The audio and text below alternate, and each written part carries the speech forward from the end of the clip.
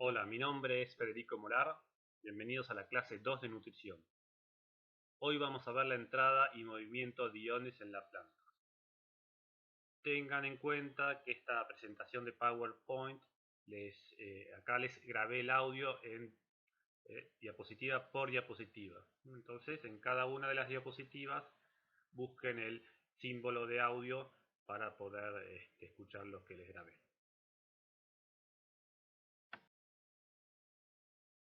El contacto de la raíz con el nutriente ocurre en el suelo, más precisamente en la rizósfera, que es ese volumen del suelo que está en la inmediata cercanía de la raíz y que es modificada por la misma raíz, de manera que es un microambiente que se diferencia del resto del suelo.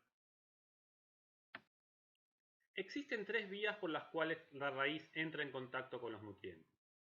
La primera vía es por intercepción directa por crecimiento del ápice radical o los pelos radicales, como se observa en la figura, donde básicamente la raíz va chocando y poniéndose en contacto con los iones del suelo.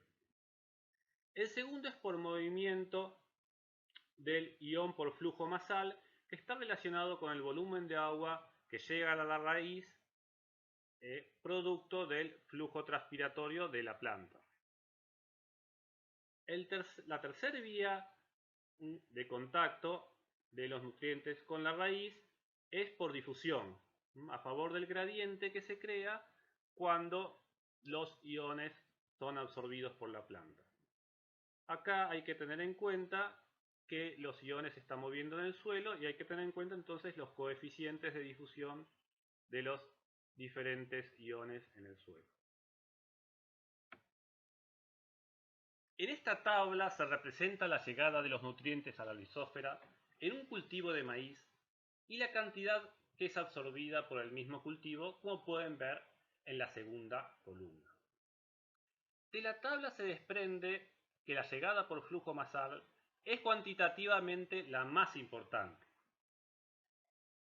El flujo masal depende de las resistencias al flujo del agua, por ejemplo de la conductividad hidráulica del suelo y de la tasa de transpiración.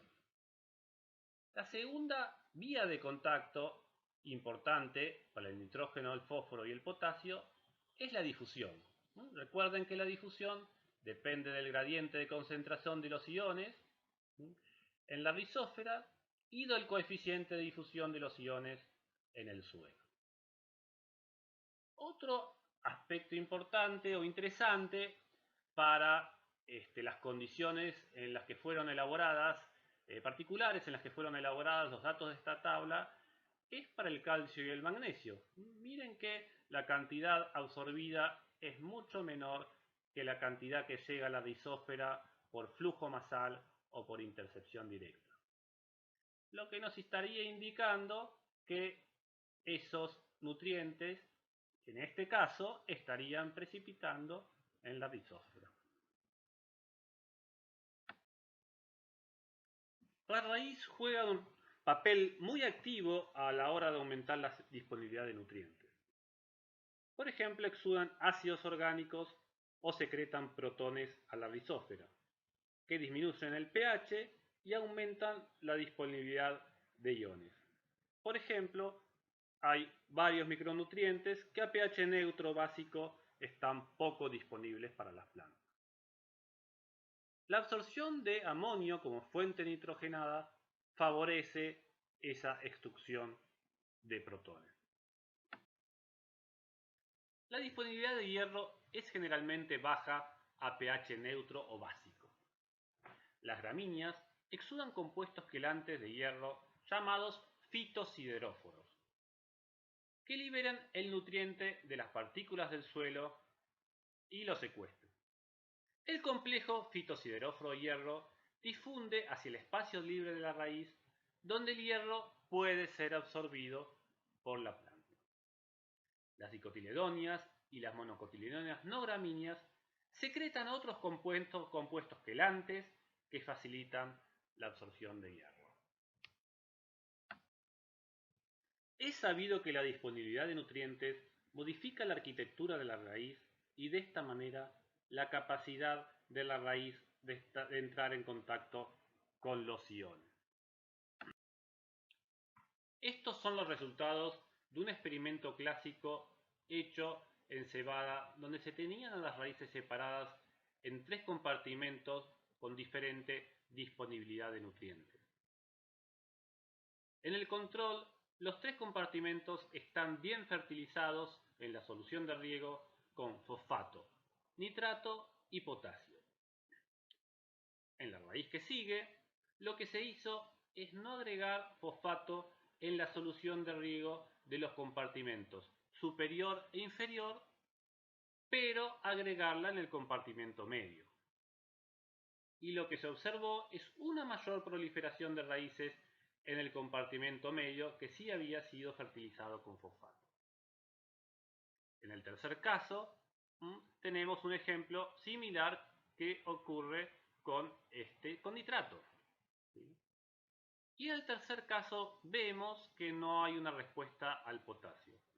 Bueno, acá hay que aclarar que en otros experimentos hechos con cebada y con otras especies, sí también hay una respuesta de las plantas a los tratamientos localizados de potasio. También se observó que las respuestas a tratamientos localizados de un nutriente dependían de si las plantas estaban hambreadas o bien nutridas con respecto a ese nutriente en particular. Este ejemplo es en la raíz de Arabidopsis, cuando los niveles de nitratos son altos y uniformes. En plantas saciadas de nitrógeno no se observa la proliferación de raíces laterales en respuesta a una mayor disponibilidad local de nitrato. Incluso se observa una inhibición sistémica de la ramificación de las raíces cuando los niveles de nitrógeno son altos. Lamentablemente, para el sensado sistémico de los niveles de nitrógeno, ni el receptor ni la señal a larga distancia están inequívocamente definidos. Se observa la promoción de la ramificación a disponibilidades localizadas de nitrato, especialmente en plantas hambreadas de nitrógeno. Afortunadamente, se conoce la vía de señalización que media esta respuesta a nitratos, por lo que esta promoción no es simplemente un efecto nutricional o metabólico. Por ejemplo, las raíces crecen simplemente porque hay más nitrógeno disponible, sino que es una respuesta específica al ion nitrato. Entonces, se descubrió que existe un transportador de nitrato, NRT1.1, que además reconoce al nitrato como una señal que promueve la expresión de factores de transcripción ANR1 que estimulan la expresión de genes de crecimiento de raíces laterales en presencia de tratamientos localizados de nitrato.